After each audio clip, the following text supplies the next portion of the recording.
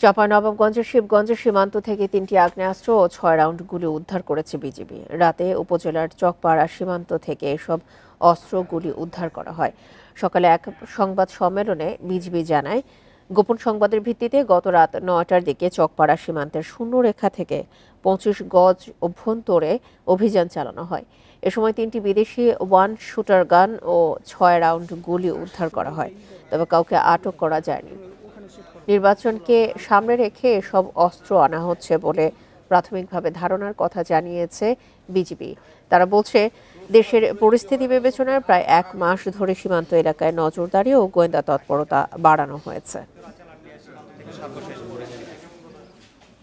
টহল দল মালিকবিহীন ৩টি বিদেশি one shooter gun, ৬ round ammunition উদ্ধার করে।